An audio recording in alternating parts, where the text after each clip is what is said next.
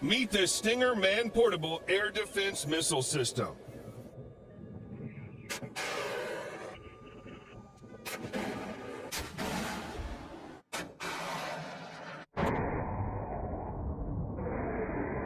The Stinger is a shoulder-fired, heat-seeking surface-to-air missile, also known as a Man-Portable Air Defense System, MANPADS, that's designed primarily to engage low-flying targets, including fixed-wing aircraft, helicopters, and drones. In recent years, improved versions of the missile have been developed that offer improved capabilities against smaller unmanned aerial vehicles, which present a very real threat already and will only become more of a challenge to U.S. military operations as a whole as time goes on. The missile is 1.52 meters long and 2.8 inches in diameter. The missile itself weighs 10 kilograms, while the missile with a tube launch and integral sight fitted with a grip stock and identification friend or foe antenna weighs approximately 15.2 kilograms. It has a targeting range of up to 4,800 meters and can engage low-altitude enemy threats at up to 3,800 meters. The Stinger's launched by a small ejection motor that pushes it a safe distance from the operator before engaging the main two-stage solid fuel sustainer, which accelerates it to a maximum speed of Mach 2.54.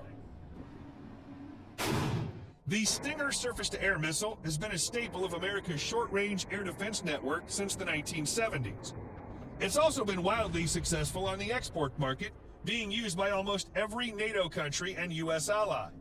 The U.S. military upgrades their Stinger to the new Stinger J and Stinger K models to effectively counter all aerial threats in the near future. The J model includes substantial improvements in lethality, updated components to help extend the shelf life, and decrease the maintenance cost of these missiles. The last update to the shoulder-fired Stinger occurred in the early 2000s with the Stinger F. This variant included a software upgrade from the Stinger E, improving its ability to distinguish targets from countermeasures. It leveraged the programmable microprocessor that was present in Stinger missiles since the Stinger C.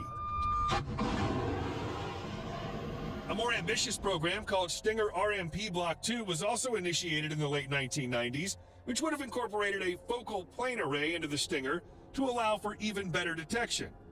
However, with the onset of the War on Terror and different budgeting priorities, this program was canned.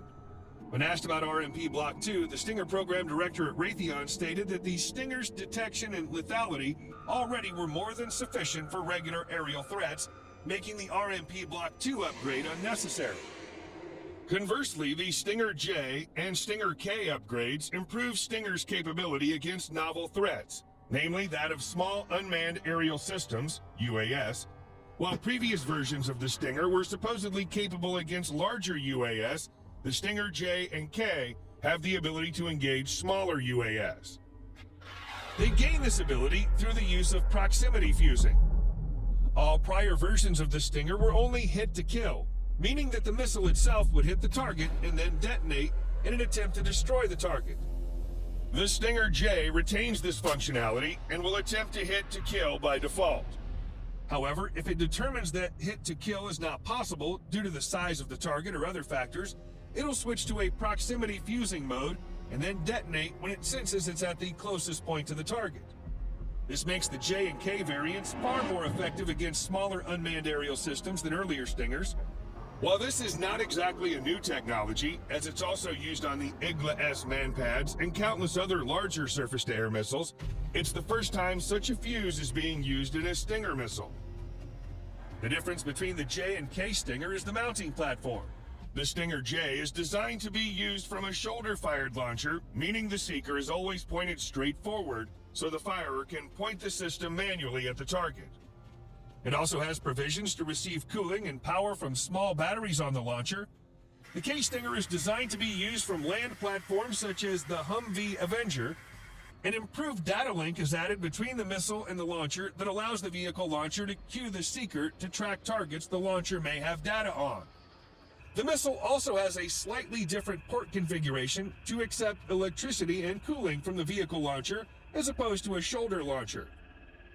While the addition of the proximity mode is the primary lethality improvement for the Stinger J and K, there are also smaller changes.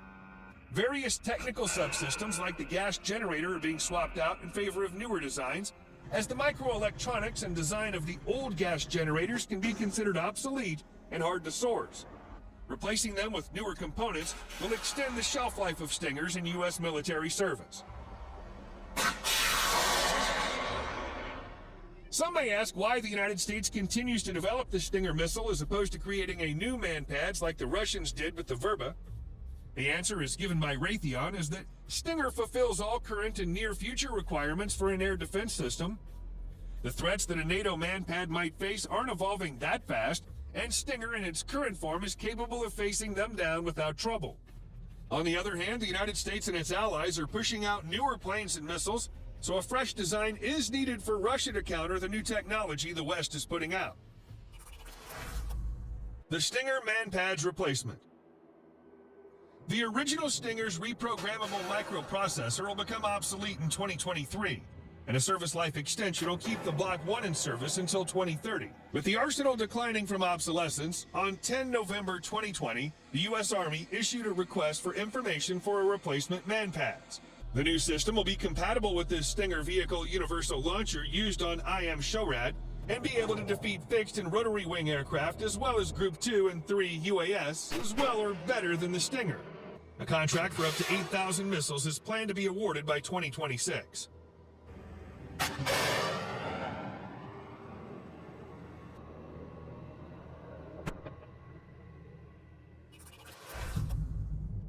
Stinger missile in Ukraine. During the Cold War, the CIA covertly supplied Stingers to Afghan guerrillas fighting Russian forces. Now, Ukrainian forces, locked in an intensifying fight to repel Russia, will get more of the shoulder-fired weapon, which has a 4-kilometer range. With the Raytheon technology-made Stingers, Ukrainian forces gain a tool for fighting Russian helicopters being used to transport troops and as close air support. They've relied on missile defenses and aircraft to, so far, keep Russian aircraft from completely dominating their skies. Once the Stinger's employed, it has the ability to be a game-changer, said retired Army Lieutenant General Jim Dubik, now a senior fellow with the Institute for the Study of War. The Russians don't have air dominance, but they do have air superiority, and the Stingers won't take that away. But it'll be contested airspace, and that hurts the Russians' ability to conduct operations and increases Ukraine's ability to defend. Jim Townsend, who was the Pentagon's top Europe and NATO policy official throughout the Obama administration, speculated that the previous U.S. reluctance to send Stinger missiles stemmed from a fear that if Ukrainian forces did not mount as successful a fight as they have, the highly effective weapon could fall into Russian hands. But now it's time for Ukraine's Western allies to make sure Ukraine's supply lines don't run dry, and for Ukraine to get weapons and other gear it needs, Townsend said. Ukraine is great, but if they run out of ammunition, if their supply lines are cut, if Russians dominate the air, it's going to be a different picture, he said. We've got to keep resupply routes open, and we've got to hurry. We have Stingers in stock, but we have to put them on trucks and get them the hell over there.